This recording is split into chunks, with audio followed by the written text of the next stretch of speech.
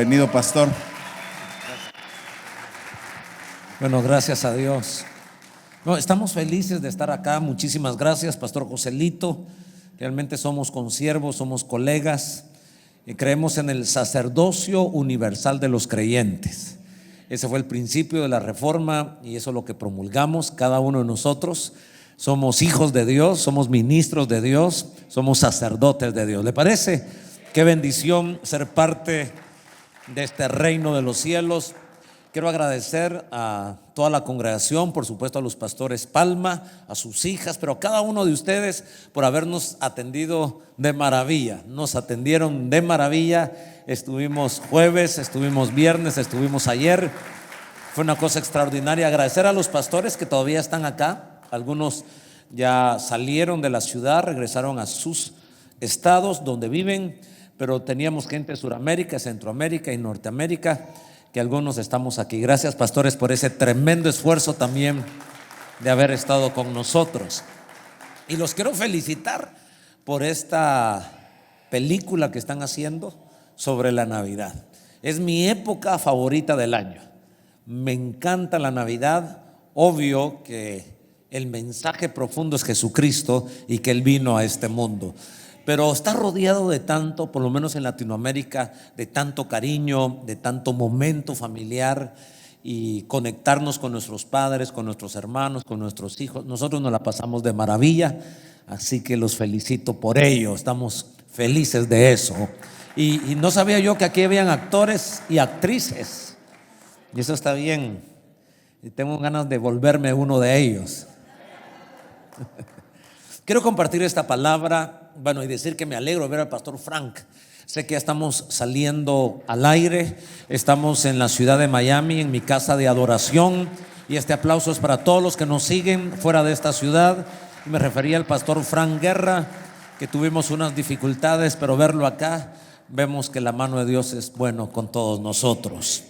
Padre, en el nombre de Jesús, sembramos esta palabra que es la mejor semilla, la Biblia, tus principios, en nuestro corazón, que es el mejor terreno. Y cuando se une la mejor semilla con el mejor terreno, esperamos dar el mejor de los frutos, y no al 30 ni al 60, sino al 100 por uno. Yo declaro que esta palabra que viene a nuestro espíritu, que viene a nuestra mente, dará muchísimo fruto para la gloria de Dios, para la bendición de mi familia, mi iglesia, mi país y las naciones del mundo. Y todos nos alegramos y decimos, creemos en eso. Amén. Muy bien, quiero hablarles sobre esta palabra que hemos tenido en esta temporada, lo inimaginable. Hemos dicho que es la dimensión de Dios. Lo inimaginable no lo podemos pedir con detalle porque es inimaginable, pero basta con nuestra fe para pensar lo imaginable y se produce lo inimaginable. Desde principio de año hemos estado hablando de Efesios 3:20, y aquel que es poderoso para hacer ¿cuántas cosas? Todas las cosas. ¿De qué manera? Mucho más abundantemente de lo que pedimos, eso oramos, y de lo que imaginamos o de lo que pensamos, según el poder que actúa en nosotros para la gloria de su nombre. Hemos dicho que aquí hay 5 principios espirituales y uno de ellos es la oración. Y quiero enfocarme en una oración que, a propósito, debo definir la oración no como un monólogo. Últimamente se ha hecho muy particular los monólogos de algunos cómicos, ¿verdad? Y nos han hecho reír puros monólogos. Y a veces nuestra oración ha sido un monólogo, porque solo nosotros hablamos y no tenemos la expectativa, no tenemos la fe de que la oración es un diálogo y no un monólogo. Hablamos con Dios y entonces estamos expectantes de que Él también hable a nuestro espíritu.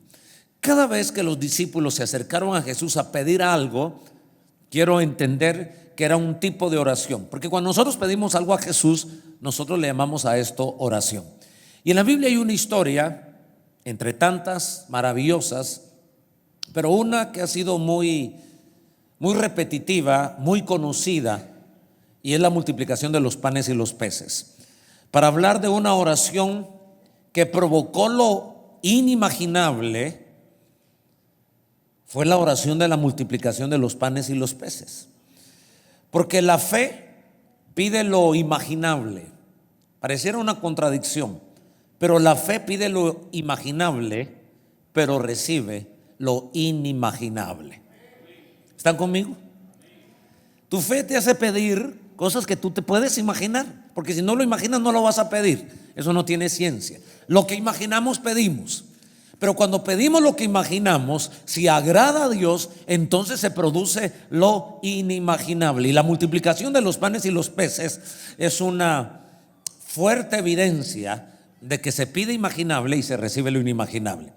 No voy a leer toda esta historia porque es muy conocidísima, la multiplicación de los 5 panes y de ¿cuántos peces? 2 peces. Y aunque es conocida, déjeme plantearle esta perspectiva que nos ha bendecido en este campo de lo inimaginable. Algunas lecciones de fe que produce lo inimaginable. En primer lugar, veo que lo inimaginable se produce cuando oramos reconociendo la necesidad, recibimos lo inimaginable. Me gusta expresarlo de esta manera, porque tenemos que ser muy honestos y sinceros para reconocer nuestra necesidad. La fe no niega la realidad, pero la fe nos ayuda o nos invita a negarnos a quedarnos en esa realidad. El sol no se puede tapar con un dedo. Cuando estamos enfermos, estamos enfermos. Cuando tenemos una deuda, tenemos una deuda. Pero la fe no niega la realidad, pero sí negamos a quedarnos en esa realidad. Así que los discípulos llegan con Jesús y exponen la necesidad que tienen, y lo hacen con honestidad. Yo creo que esto requiere humildad. Cuando ustedes y su servidor somos humildes y nos damos cuenta que en nuestra capacidad no podemos, nos hacemos candidato para recibir lo inimaginable. O sea que la materia prima para ver un milagro es la necesidad. Y si tú hoy estás pasando una necesidad, te haces candidato para recibir un milagro. Pero nuestra oración debe expresar humildad. De hecho, orar implica humildad e implica fe. El simple hecho de que nosotros nos dirigimos a Dios ya es fe.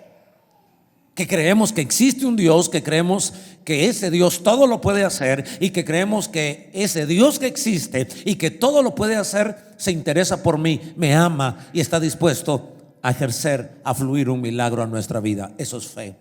Pero también orar evidencia nuestra humildad. Solo pensemos por un momento. Cuando el milagro o cuando la necesidad es muy sencilla, no oramos, porque la aspirina lo resuelve. Pero cuando esa jaqueca, ese dolor de cabeza ya lleva 5 días y sabemos que una aspirina no es suficiente, entonces, sin darnos cuenta, nos humillamos, nos hacemos humildes y levantamos los ojos al cielo para pedirle a Dios que haga un milagro. La oración siempre evidencia humildad. Me gusta esta expresión, y si usted lo quiere compartir en redes sociales, me encantaría que lo hiciera en Instagram o en Twitter o en Facebook. Esta máxima debe ser conocida. La oración es una protesta a mi autosuficiencia. Cada vez que tú oras, estás protestando a tu autosuficiencia, porque tu presupuesto mental, intelectual, financiero no alcanza.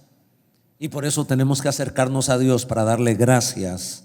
Cada vez que oras, protestas contra tu autosuficiencia. Me motivan sus amenes. Qué maravilloso depender de Él siempre. Sabemos que de hecho las capacidades que tenemos vienen del cielo, y siempre damos un reconocimiento a Dios. Mire Marcos 6:35 y 36 de esta historia hermosa. ¿Qué es lo que piden? ¿Qué es lo que oran los discípulos? Cuando ya era muy avanzada la hora, no se le olvide, la hora era muy avanzada, esa era la realidad. Sus discípulos se acercaron a Jesús diciendo: el lugar es, dígalo más fuerte, el lugar es desierto. Ojo, es desierto. Y la hora ya muy avanzada. Ellos llegan delante de Jesús reconociendo una realidad. La fe reconoce las realidades, pero nos negamos a quedarnos en esas realidades por la fe. Ellos dicen la hora avanzada y estamos en el desierto. El desierto siempre ha sido una figura en la Biblia de prueba, de dificultad, de crisis. Y que la hora esté avanzada. ¿No le parece que a veces el agua nos está llegando al cuello? A veces en nuestra relación matrimonial, en nuestra conexión con nuestros hijos, en las finanzas, en la salud, en donde el agua te está llegando al cuello. No lo sé, Dios lo sabe y tú también lo sabes.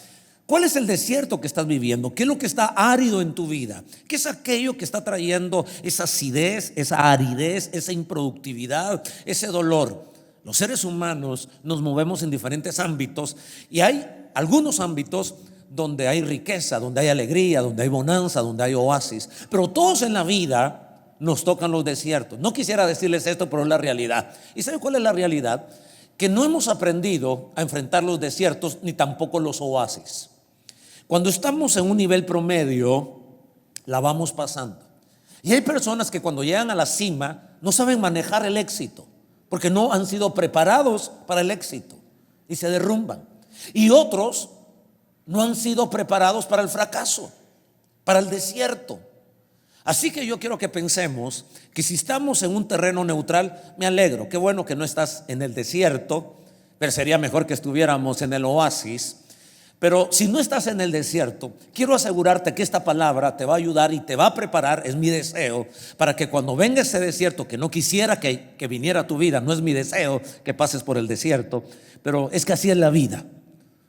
Pero mi gran anhelo es que cuando pases por el desierto, esta palabra se haga viva y te dé poder y te logres levantar y caminar en medio de ese desierto. Ahora, si estás pasando por el desierto, entonces sí aplaude más, porque esta palabra va a ministrar tu corazón. Cuando ya era muy avanzada la hora, sus discípulos se acercaron a Jesús diciendo: el lugar es desierto y la hora ya muy avanzada. Despídelos para que vayan a los campos y aldeas de alrededor y compren pan, pues no tienen que comer. Que esa es la realidad. Esa fue la petición de los discípulos. ¿Sabe qué me gusta? Que tenemos que orar con humildad y con sinceridad. Y creo que lo dije un día de estos, de pronto lo dije el viernes, y quiero insistir en esto, porque de alguna manera creo que nos hace daño cuando nos acercamos a la oración delante de Dios y no verbalizamos lo que realmente hay en nuestro corazón. Hacemos la petición, pero no explicamos por qué hacemos esa petición. Señor, ayúdame a perdonar a fulano de tal. Pero ¿sabe cuál es el sentimiento? Lo dije el viernes: querer ahorcarlo. Es una manera de decir que estamos con conflicto en nuestro corazón. Ya, Señor, ayúdanos, que le vaya bien, saca esto de mi corazón. ¿Por qué no le decimos: Señor, lo quiero ahorcar, tengo odio, me cae mal, que le pase todo lo que me ha deseado, pero exponencialmente sobre él, sobre su hijo, su nieto, bisnieto, tataranieto y toda su descendencia? Hay algo que me incomoda. Digámoselo, expresémoselo. Señor, pasa de mí esta copa. Eso fue lo primero que dijo Jesús. Hay que orar con honestidad. Y después se le dice: pero no se haga mi voluntad, Señor. Yo lo quería ahorcar, pero sé que no lo puedo ahorcar, ni tú lo vas a ahorcar. Entonces no se haga mi voluntad, sálvalo, prospéralo, que sus hijos, sus nietos, sus bisnietos, sus tataranietos y toda su prole sea bendecida. Un cristiano sabe que así debe orar, pero exprésale tus sentimientos. Y ellos le expresaron: Señor, la hora avanzada,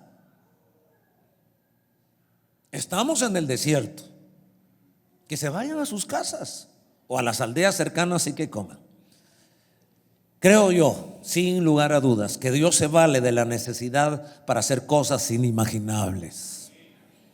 La necesidad es la materia prima para los grandes milagros inimaginables de Dios. Así que proclamo ese milagro inimaginable sobre la iglesia de nosotros los pastores, sobre el matrimonio, sobre nuestros hijos. Proclamo en el nombre de Jesús sobre tus negocios, sobre tu empresa, sobre tus finanzas. Segunda lección, segundo principio para que al orar se produzca lo inimaginable. Y es simplemente en nuestra oración hacer un inventario y dar gracias por el capital, y recibiremos lo inimaginable. Nuestra oración debe incluir hacer un inventario, sumar Aún en medio del desierto, aún en medio de la noche avanzada, te tengo buenas noticias. Todavía hay beneficios, todavía hay obsequios, todavía hay regalos, todavía hay circunstancias, todavía hay objetos y sujetos que por el dolor no los miramos, pero están allí. Pocos, pero están allí. Insignificantes, pero están allí. Aún en esa aridez matrimonial, todavía el esposo está en la casa, todavía la esposa está en la casa. Aún con esa dificultad del hijo en las drogas, en los fármacos, pero el hijo todavía no se ha muerto, todavía hay esperanza. Aún en esa crisis y esa aridez ministerial, ¿me doy a entender? Jesús, en ese diálogo de la oración con los discípulos, los urge a que sumen, a que hay algo todavía ahí. Si me están siguiendo, en Marcos capítulo 6, versículo 38, Jesús les dijo: ¿cuántos panes tenéis? La oración es un diálogo. Aquí ellos pidieron y Jesús responde con una pregunta: ¿cuántos panes tenéis? ¿Todavía queda algo en tu matrimonio? ¿Todavía está vivo tu hijo y tu hija? ¿Todavía en tu iglesia hay gente? ¿Todavía en tu grupo familiar, en tu GPS, todavía hay un par de pelones? Es una manera de decir gente brillante, quise decir. ¿Todavía tienes un auto que te transporta? Sí, pero está viejo. Pero todavía te transporta ese viejo vehículo. ¿Todavía funciona la empresa? Sí, pero estamos en saldo rojo, pero ¿todavía la tienes? ¿Todavía hay algo cerca de ti? ¿Hay algo en el desierto y la noche avanzada? ¿Todavía hay algo aún cuando el agua está llegando al cuello? Jesús pregunta: ¿todavía tienes algo? Id y vedlo. Y al saberlo dijeron: wow,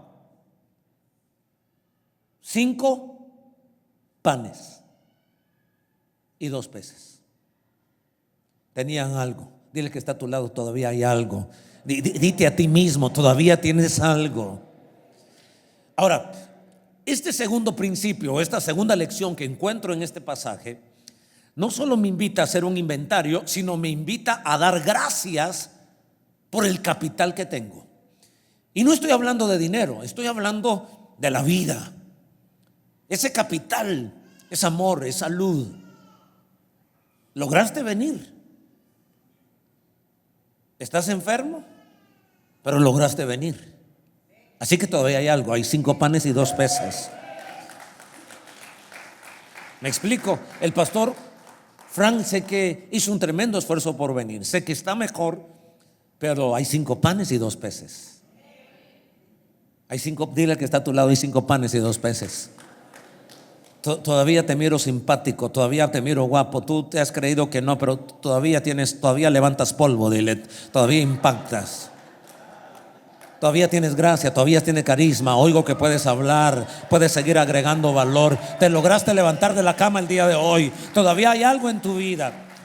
Entonces, esos 5 panes y esos 2 peces, tenemos que dar gracias por ello, por poco que parezca. Dice Juan 6:11, que es otro pasaje sinóptico, el mismo objeto desde otra perspectiva. Así lo vio Juan, aparte de Marcos, porque Lucas lo vio de otra manera. Pero dice Juan 6:11 en esta versión: Jesús tomó en sus manos, ¿cuántos panes?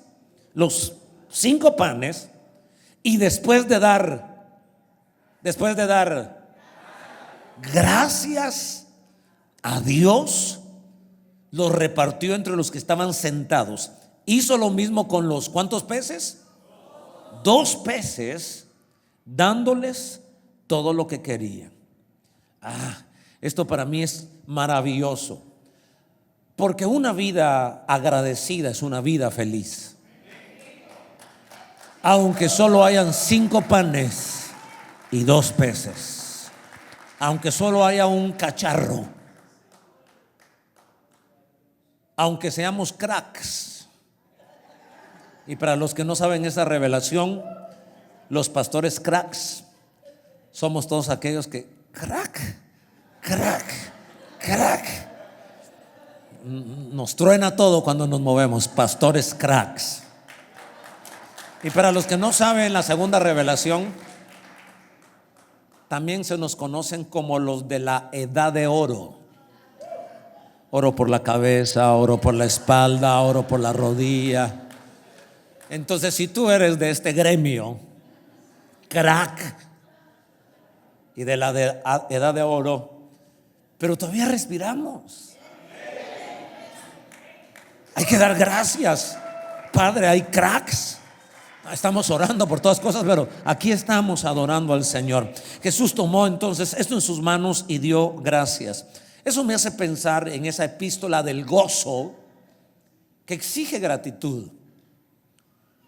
Aún en el calabozo o privado de libertad, el apóstol Pablo escribe la epístola del gozo a los filipenses. En el capítulo número 4, versos 6 y 7, en esta versión dice: no se aflijan por nada, sino preséntenselo todo a Dios en oración. No quiere decir que no haya problemas, pero dice que no nos aflijamos. Pero nos invita a ser honestos, que se lo presentemos a Dios. Una vez más, no es negar la realidad, es negarnos a quedarnos en esa realidad. Capten ese principio de fe. Pídanle y denle gracias también.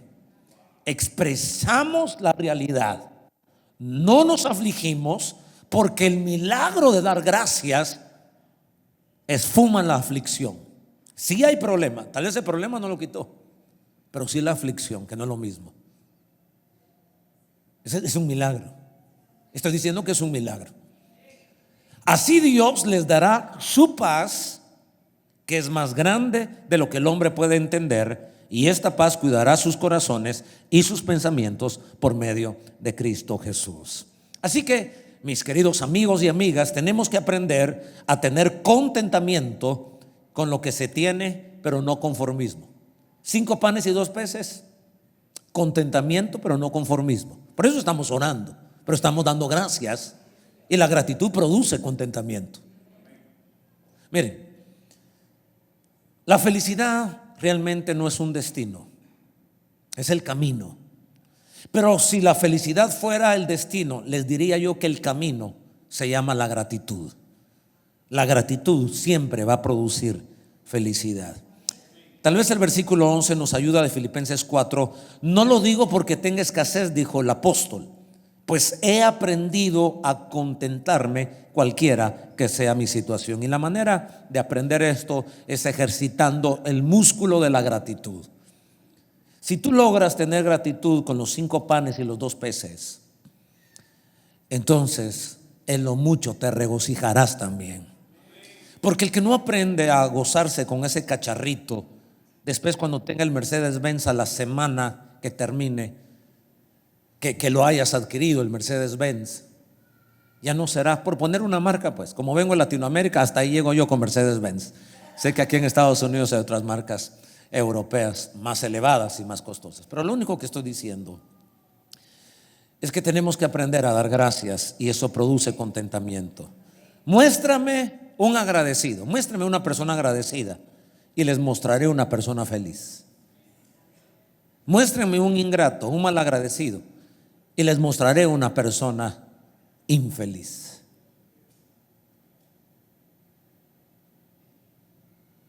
Estoy tratando de ver si tienen cara de felices o cara de infelices. En serio, no es la marca del auto, en serio. No es el tamaño de la casa ni la ciudad donde vivimos, ni la marca de los zapatos ni del reloj.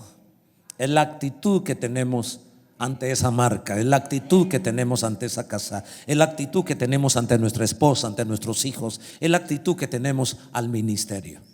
Eso es maravilloso. Escribí estos pensamientos: el olvidar es el terreno de la ingratitud y el recordar el campo de la gratitud. Prepárate, porque cuando oras dando gracias a Dios por lo que tienes, te sorprenderás, porque no solamente recibirás paz, contentamiento, sino el milagro de lo inimaginable. Amén. Principio número 3. Esta es la tercera lección que encontramos en este maravilloso pasaje. Ora bendiciendo, Ahora ya no solo dando gracias, sino bendiciendo tu capital, aunque sea poco, y recibirás lo inimaginable.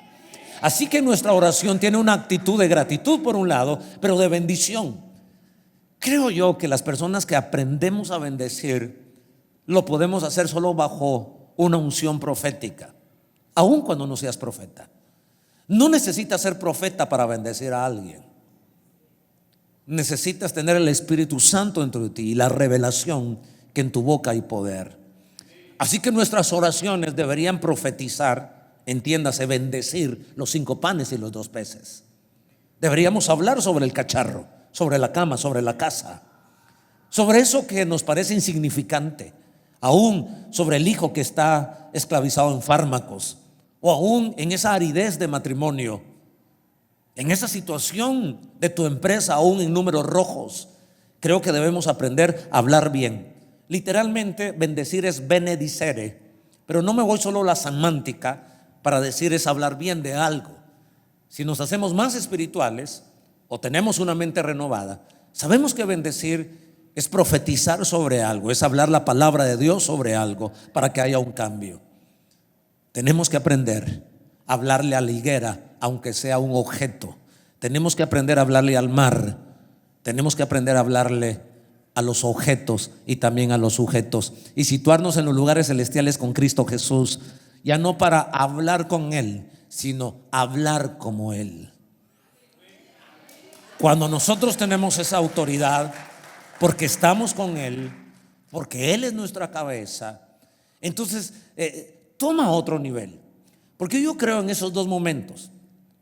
Hablar con Dios es hablar con humildad, es hincarnos, es levantar las manos, es reconocer que Él es omnipotente, omnisapiente, omnipresente, y todas sus virtudes y su naturaleza. Pero también es entender la revelación de Efesios, que estamos sentados en los lugares celestiales con Cristo Jesús para gobernar con Él.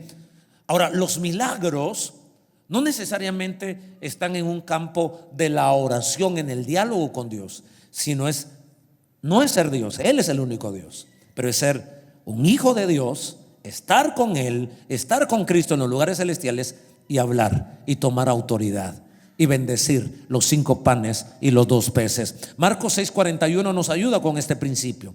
Entonces tomó los 5 panes y los 2 peces y levantando los ojos al cielo, bendijo y partió los panes.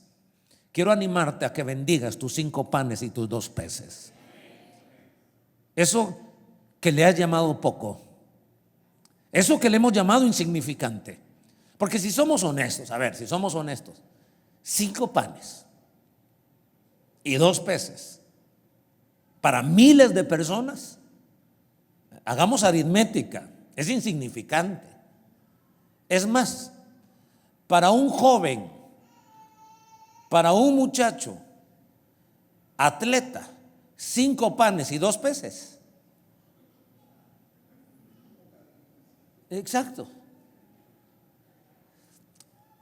Cuando yo cuento, y yo fui basquetbolista, y cuando tenía 16, 17, 18 años era muy delgado, y yo quería tener más peso. En mi país mi altura es un poco significativa, pero miraba yo a otros que eran más fornidos y me desplazaban. Yo quería comer bastante, me podía comer 10 panes, y aquí eran 5 panes. O sea, yo con hambre, 5 panes. Y mi hermano también era deportista. Cuando orábamos, porque si cerrábamos los ojos, el otro le jalaba el pan al otro. Teníamos con un ojo en el cielo y con el otro en el pan, hermano. Ahora, lo que estoy diciendo es que tenemos que aprender a bendecir, a ser agradecidos y bendecir. Hace poco, en septiembre creo yo, estábamos en California. Creo que fue en septiembre que estuvimos en California. Tengo un amigo que se llama Mario Ceguera y estábamos compartiendo con ellos. Ellos nos hicieron favor de movernos de Los Ángeles a Las Vegas, que fuimos con el pastor Celso. Y mi esposa tiene una capacidad de ser agradecida. Con ella quedo bien. De hecho, por eso decidí hacerme novio de ella. No, pero es en serio. Mi hermana me estaba lavando la cabeza con otra señorita de la iglesia. Y un día me puse a pensar, fíjese, me puse a pensar, yo a fulana de tal, si no tengo plata, invitarla a comer un pan en la esquina, uno de esos hot dogs. Chucos le dicen allá en el país del hermano, qué bárbaro. Chuco significa sucio, y yo vengo del mismo país, pero qué ricos son esos chucos, hermano, le digo. Son de la calle, saber ni qué cosas tienen, pero y yo pensé, yo no me animaría a esta señorita a invitarla a comer ahí, porque Berlín, que era igual de fina, igual de educada, más bonita que la otra bruja, eso sí. Imagínese usted. Es que hay que aprender a poner la doble tracción, hermano. Entonces yo pensé, con Berlín sí, porque yo conocía su corazón, aunque era fina y tenía más dinero que nosotros, pero con ella sí. Pero mire, 5 años de novios, 28 de casados. Después de 33 años, un pastor poéticamente me dio una expresión sobre mi esposa. Me dijo, ¿sabe por qué la pastora Berlín es así? Porque ella vive en el mundo del asombro. Wow, para mí fue poético y fue revelador. Berlín siempre ha vivido en el mundo del asombro. Cualquier cosa, abraza a la gente. Cualquier cosa dice, ay sí, ¿verdad? Y se asombra y abraza a la gente. Tenemos una iglesia en el oriente del país y los hijos de ellos dicen, mira, ya se van a abrazar, ya se van, la otra pastora y Berlín. Porque estábamos en el área metropolitana allá con el hermano Frank en Washington hace unos años, 15 años. Íbamos caminando en otoño, ya ve que las hojas se ponen así, color ocre, una belleza. Vamos caminando y mi esposa mira una hoja tirada y dice, y da unos pasitos así de mujercita, se adelanta a nosotros y dice, miren esa hoja, y la recoge y la mete dentro de la Biblia. Hasta yo dije, qué exagerada mi esposa, pero ella muy honesta, y la metió en la Biblia. Y en la noche el pastor dice, hermano, nosotros vivimos en este gran país de los Estados Unidos, nosotros venimos de las montañas de México, nosotros venimos de no sé dónde, ya nos acostumbramos a esta belleza, tenemos que aprender a hermana Berlín. ¿Sabe qué hizo ella? Se detuvo en el camino, recogió una hoja y la metió en la Biblia. Y ahora, en septiembre, este pastor en California me dice, su esposa vive en el mundo del asombro. Y eso habló a mi corazón, porque cuando tú vives en el mundo del asombro, agarras 5 panes y 2 peces y dices, gracias, Padre, gracias porque hay 5 panes y 2 peces, y los bendices. Quiero animarte a que bendigas tu matrimonio. Quiero animarte a que bendigas la salud que todavía tienes. Quiero animarte a que bendigas los hijos que Dios te ha dado, el negocio que Dios te ha dado, el trabajo que Dios te ha dado, el ministerio que Dios te ha dado. ¿Alguien está conmigo? Es que esto me hace recordar, miren, me hace recordar que cuando yo he ido a otras ciudades y me van a recoger al aeropuerto, a traer al aeropuerto, los pastores llegan en sus carrazos, ¿verdad? Más aquí en Estados Unidos el poder adquisitivo del dólar es tan fácil, le dan autos a usted sin enganche, entonces llegan en sus carrazos a traerme de cuero, hablan los carros, tienen GPS, la cosa es una comodidad echada a la perdición ahí. Uno sube ese carro y yo decía, tengo que cambiar mi carro. Ese es mi carro de Guatemala, también es de cuero, pero no habla y no tiene GPS.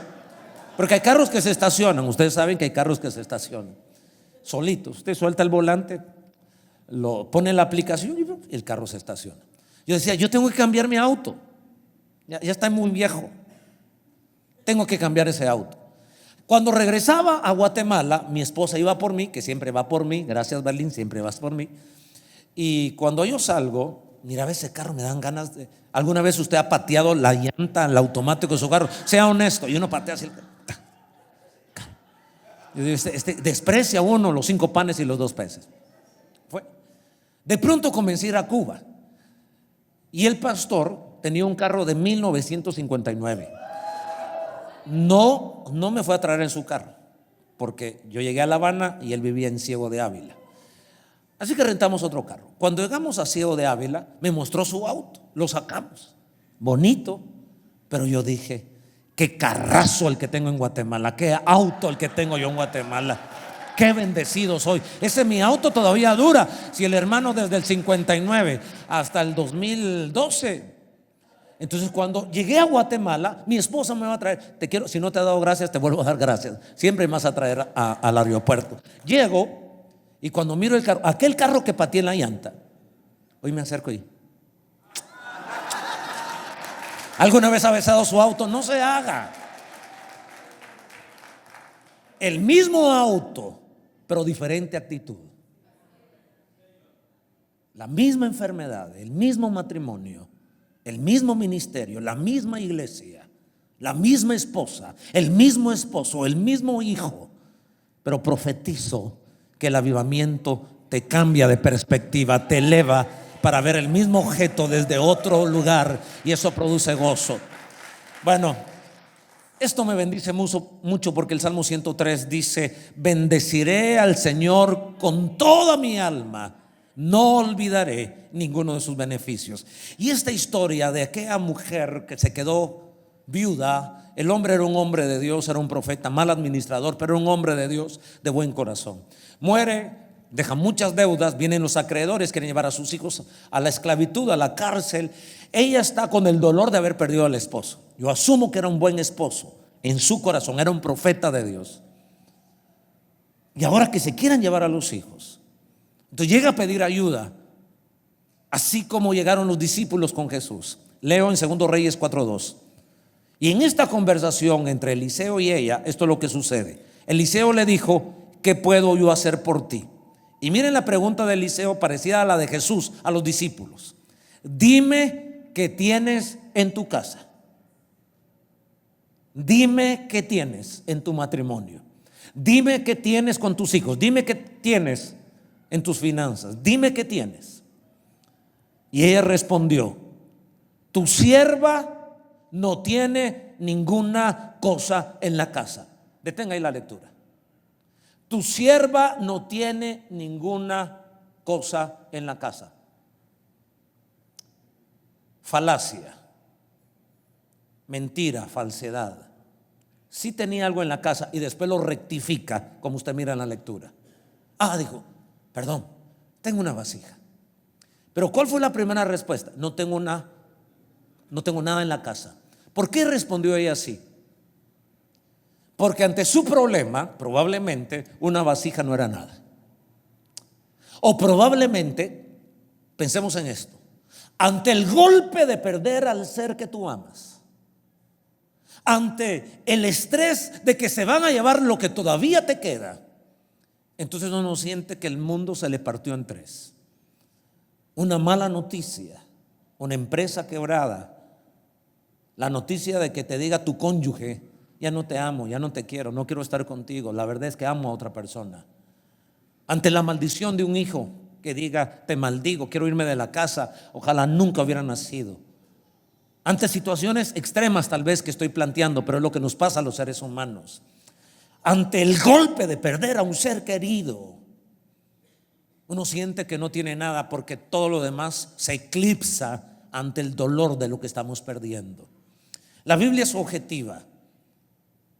Cuando alguien peca, la Biblia es objetiva y desnuda su pecado y descubre su pecado. La esposa de Lot volteó a ver a Sodoma y Gomorra y se calcinó. La Biblia es objetiva. Las personas que pecan, la Biblia lo descubre y uno mira la consecuencia del pecado. Pero ¿por qué a la esposa de Job, cuando dijo, después de haber perdido 10 hijos, después de haber perdido todo, en ese dolor emocional, a veces uno no piensa bien, después uno se arrepiente, pero en ese momento, ante un dolor de perder, no un hijo, caray, 10 hijos, muérete, Job, maldice a Dios y muérete. Claro, nunca hay que maldecir a Dios, pero el dolor de una madre que murió el profeta de Dios, debió haber sido un hombre de Dios. Ante el dolor que estás viviendo, ante el desierto que estás viviendo, de pronto has pensado o expresado cosas que no son legítimas, pero en tu dolor lo dijiste. ¿Para qué soy ministro? ¿Para qué aceptar ser líder? ¿Por qué estoy contribuyendo en la compra de este edificio si ahora me está yendo mal? A veces decimos lo que no deberíamos decir. Pero mis amados amigos y amigas, no miramos una reprensión ante esta mujer. Esta mujer dijo: no tengo nada.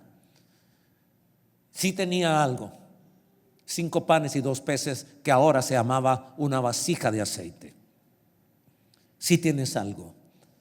Pero ante un golpe emocional, los 5 panes y los 2 peces parecieran que no es nada, pero sí es algo. Vine a decirte que sí hay algo.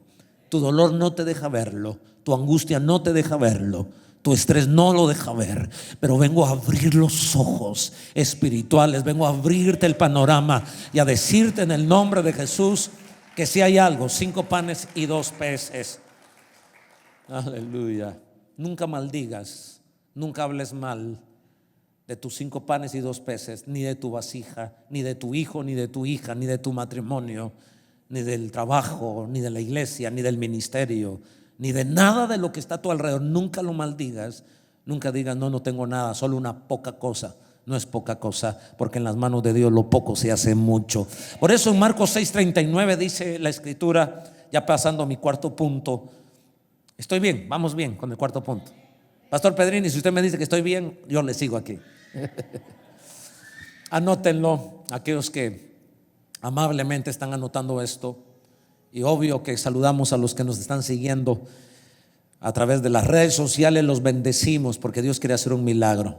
Ora y actúa creyendo que el milagro se efectuó y recibirá lo inimaginable. O sea que oramos, pero también nos movemos. ¿Saben por qué? Porque la fe no es estática. Algo tenemos que hacer. La fe no es muda, la fe siempre habla. La fe es dinámica. Siempre la fe te va a empujar a hacer algo, a hablar algo, a mover un dedo. Por eso yo invito a la congregación a que reaccionen ante la palabra. Y reaccionar a la palabra, hay muchas maneras de reaccionar. Nuestra fe nos hace reaccionar a la palabra, levantando la mano, asintiendo con la cabeza, diciendo amén. Pero aquellos amenes que salen del corazón, o venir al altar a propósito, como me siento en la libertad por el privilegio y la asignación de poder acompañar al pastor Joselito y la pastora Carla en este ministerio, me siento como en casa. A decirles que en nuestras iglesias el altar no es para pecadores ni es para santos. ¿Qué es lo que quiero decir? Pasar al altar para nosotros no es: qué pecado el que cometí esta semana, voy a ir al altar a limpiar todos mis pecados. Si lo quieres hacer, lo puedes hacer, pero no es nuestra actitud al venir al altar. Tampoco venir al altar es: esta semana no cometí ni un error, tengo derecho a pasar al altar a levantar mis manos. Tampoco es para ello. El altar es una manifestación de entrar en intimidad con Dios, de entrar en comunicación con Dios. Solo quería decírselos para quitar en nuestra mente. ¿Cuántos quieren venir al altar? Como que dices: solo los pecadores, de plano te portaste mal en la semana. No, si llegas a la casa de tu papá, no te quedas en la sala. Yo cuando voy a la casa de mi papá y mi mamá, el invitado se queda en la sala. Yo uso el baño, entro a la cocina, no tengo hambre, pero siempre abro el refrigerador. Siempre lo abro. No es mi casa, no tengo hambre, no agarro, pero abro el refrigerador y miro lo que hay ahí. Cuando uno viene a la iglesia, yo le digo a los hermanos: cuando vas a un restaurante vas a comer. Y si uno viene a la iglesia con esa concepción de altar, entonces vengan al altar. No está evidenciando que sos pecador ni santo, está evidenciando que querés estar conectado con Dios, aunque uno lo puede estar en la silla. No sé por qué lo dije, pero cierro el paréntesis. ¿Está bien? Muy bien. De alguna manera estoy discipulando. Pero miren lo que hizo Jesús. Marcos 6, 39, 40. Oró, bendijo, dio gracias, pero también actuó, se movió y les mandó que hiciesen recostar a todos por grupos sobre la hierba verde. Y se recostaron por grupos de 100 en 100 y de 50 en 50. Oró, pero creyó que iba a pasar el milagro. Sentó a la gente en grupos de 100 y de 50. Lo mismo sucedió allá en el libro de Reyes con aquella mujer viuda, porque creyó en la palabra y se movió. Según esta historia, en el capítulo 4, versículo 3 al 5 del segundo Reyes, él le dijo: ve y pide para ti vasijas prestadas de todos tus vecinos vasijas vacías no pocas. Entra luego y enciérrate tú y tus hijos y echa en todas las vasijas, y cuando una esté llena, ponla aparte. Y se fue la mujer y cerró la puerta, encerrándose ella y sus hijos, y ellos le traían las vasijas y ella echaba del aceite. Oró, pidió, pero se movió. A ver, diga conmigo, me voy a mover. Oro, pero me voy a mover. Diga conmigo, mi fe es dinámica, mi fe habla. Esto me hace recordar una familia que nosotros queremos mucho con mi esposa, clase obrera en Guatemala. Nunca habían tenido casa propia, no habían tenido auto propio, pero un día ellos se llenaron de fe y se dijeron: vamos a una agencia de automóviles donde venden autos, vamos. No tenemos dinero, pero vamos a ver qué se siente. Ir, preguntar, y hacemos como que tenemos dinero. Nos subimos a un auto, nos subimos al otro auto, preguntamos y se fueron. Se subieron en el autobús con sus 2 niños pequeños sin dinero, pero querían probar eso, porque algunos piensan que al entrar a esas concesionarias van a cobrar. No cobran. Usted se puede subir al auto, hacer como que va a comprar y no le cobran. Así que ellos fueron y decían: este auto no, muy pequeño. Y el vendedor con los ojos así abiertos, ¿verdad? Probaron. ¿Sabe qué? Llegaron sin dinero y no compraron. No compraron, pero se subieron al auto, pero preguntaron, pero se movieron, pero actuaron, pero creyeron que algún día sí lo iban a hacer. Así que se salieron de ahí, se subieron a autobús y se regresaron sin auto porque no tenían dinero. Yo sé que alguno estaba pensando: el testimonio va a ser: compraron sin dinero. No, pero yo honro esta fe. Yo honro esa fe, porque nos está quitando el miedo para un día hacerlo. Porque aquí vemos pastores que tenemos que ir a terrenos baldíos, vacíos, aunque no tengan dinero, y decir: un día voy a comprar un terreno como estos, un día voy a comprar un edificio como esto. Aquí hay gente que tiene que ir a casas, a empresas, a hacerlo. ¿Qué sucedió? Pero el testimonio no termina ahí. Ellos ya lo habían hecho y algún día el milagro iba a venir con ellos. Dios les dio la idea, pusieron un negocio que a usted le pareciera muy sencillo, pero eso los hizo ricos. Han comprado varios carros nuevos. El último que compraron fue un Mercedes-Benz. Pero el milagro no solo es que compraron un Mercedes-Benz, porque no puede quedar bien enjaranado, bien endeudado, que ese tampoco es un milagro. El milagro es que lo compraron cash, o un Mercedes-Benz. Usted no se alegra porque está en Estados Unidos, pero en mi país tener un Mercedes-Benz comprado al contado, mi hermano, tal vez, pero está bien, ¿verdad? Están en otro nivel. A ustedes hay que decirles: fue al aeropuerto y compró su avión. Está bien, otro nivel, high level, está bien. Pero compraron su carro nuevo. Mire, a mí me llenó de tanto, porque tal vez el 70% de mi congregación, que es de varios miles, es clase obrera. Ni sus abuelos han tenido casa, ni sus padres han tenido casa, ni ellos han tenido casa, ni sus hijos han ido a una universidad privada, ni tampoco han tenido un carro. El 70% de nuestra iglesia. Y cuando yo escucho este testimonio, me paré en nuestro púlpito y les dije a los hermanos: vayan donde hay casas nuevas, entren, pregunten. Y le dije a las mujeres: ustedes entren a la cocina, porque a las mujeres les gustan las cocinas, a las de Latinoamérica les gustan las cocinas. Entren a la cocina y delante del vendedor dígale a su esposo, dígale a Pedro para que entienda Juan, pero usted dígale: muy pequeña esta cocina, los gabinetes muy pequeños, vayan sin dinero. Crean, entren, quítense el miedo, háganlo, muévanse, sienten a la gente de 50 en 50, de 100 en 100, hágalo. Estábamos en Orizaba con el pastor Salvador hace una semana, pastor Satirio también. Estábamos en un coliseo, en una plaza de toros, no había nada en las graderías. El pastor hizo una actividad y la ciudad no respondió. Yo sabía eso, pero quise ir por honrar la fe de este hermano. Unas cuantas sillas aquí abajo. y comencé a declarar a las gradas. Bendigo a la gente de las gradas, la de la sección A, la sección B, la sección C, la sección D, la sección E. Bendigo a toda la gente que está en este lugar. Habla, muévete, dilo, ve, quítate el miedo. Alguien está recibiendo esta palabra.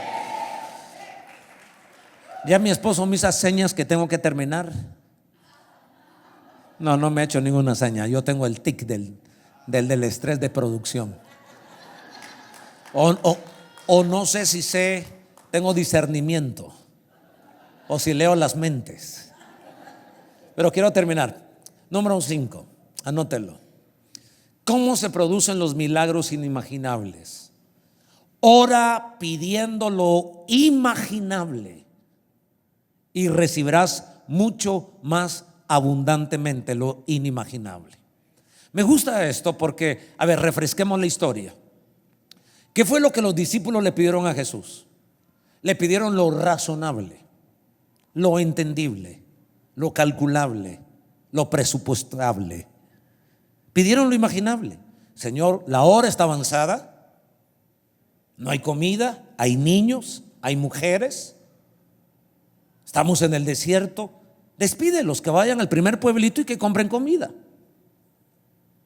Ustedes y yo hubiéramos querido una reprensión para esos discípulos, ¿verdad? Hombres de poca fe, no saben que yo puedo multiplicar los panes y los peces. No los reprendió, solo les dijo: cuenten, tráiganme aquí lo que tienen. Pero ellos pidieron lo razonable, porque uno pide el resultado de lo que uno ha vivido. La suma de nuestro intelecto, la suma de nuestro conocimiento, la suma de nuestra experiencia bíblica, de nuestras experiencias espirituales. Eso es lo que tenemos y eso usamos. Y eso pedimos. Pero quiero que te prepares para recibir lo inimaginable. Concuerdo contigo, Pastor Joselito. No ha terminado el año, y en estos 29 días que quedan del año 2018, Dios puede valerse de nuestra necesidad. Dios puede valerse de nuestra realidad para hacer un milagro inimaginable.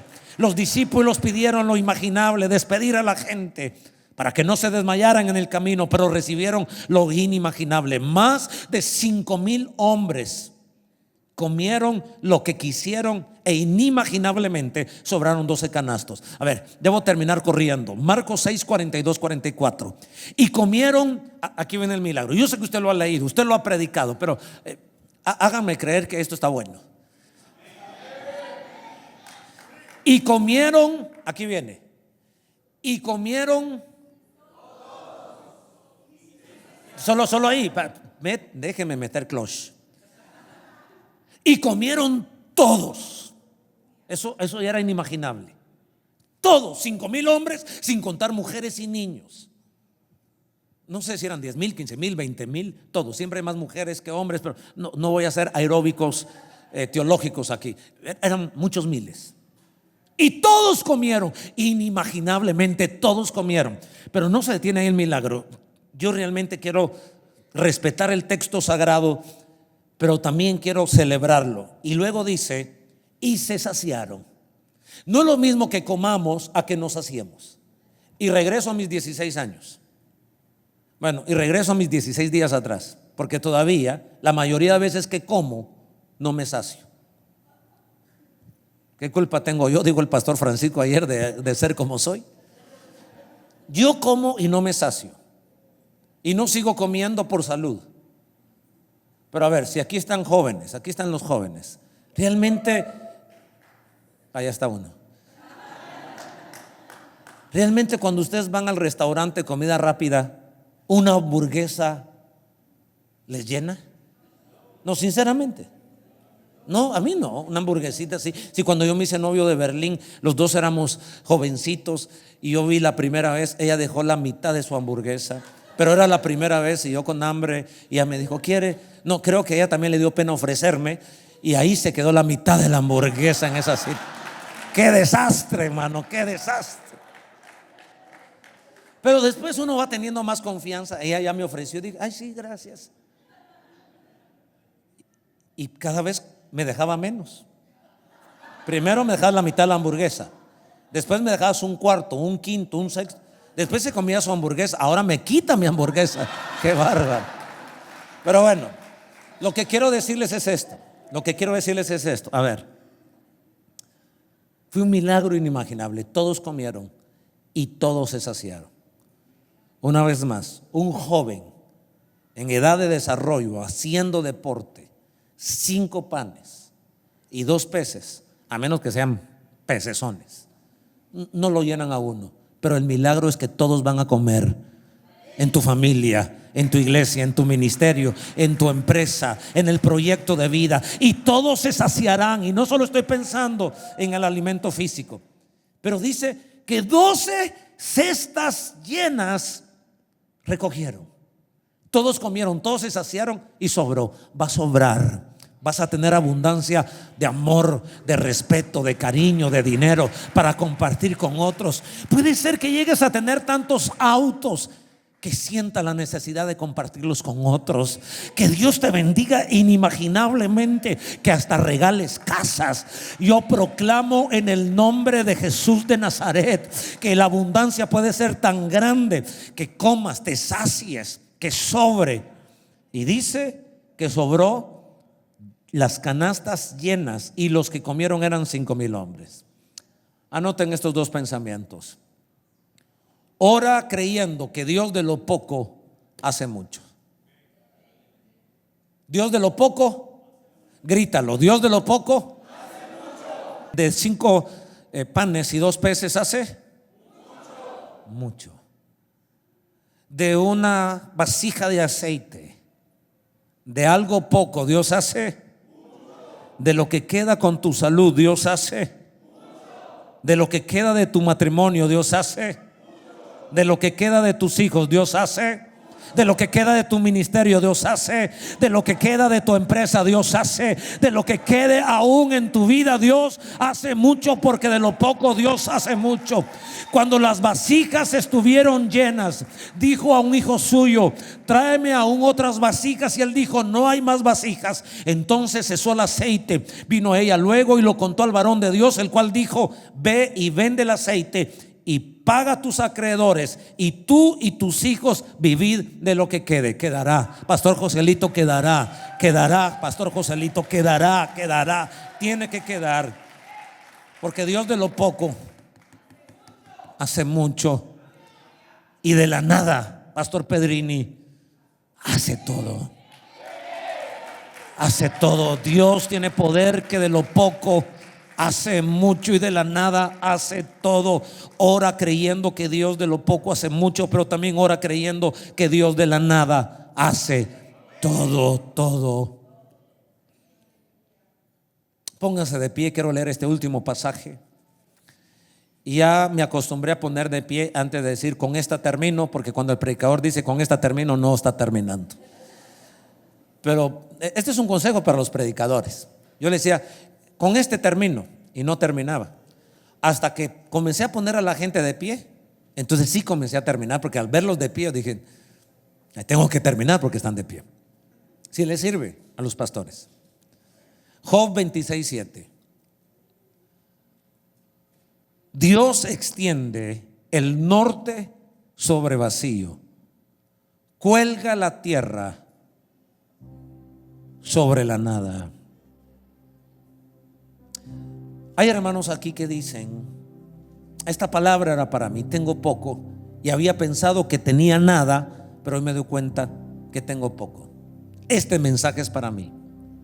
Pero sé que aquí hay personas que dicen: este mensaje no es para mí, no porque no tengan problemas, sino porque dicen: yo de verdad, pastor, no tengo nada.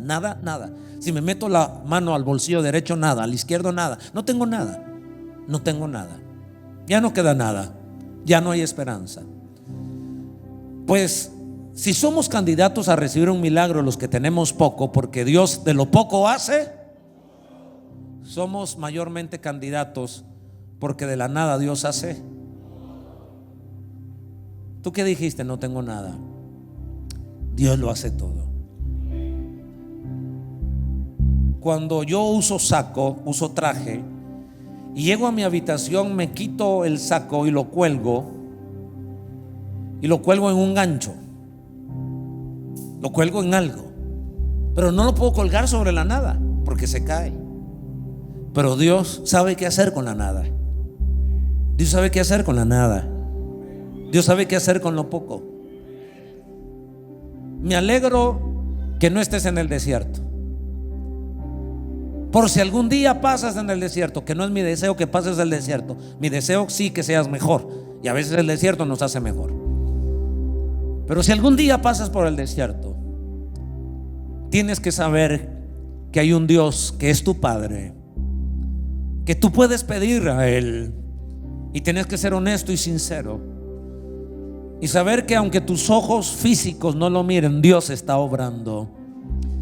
Porque cuando tú vienes a adorar a Dios, tú vienes a dialogar con Él, a pedirle, a suplicarle, a decirle: Dios, toma estos pedazos que quedan de mi vida, de mis emociones, de mi matrimonio, de mis hijos, del ministerio, de la empresa, de la salud. Padre, son 5 panes y 2 peces, pero te doy gracias y bendigo tu nombre y bendigo lo que harás.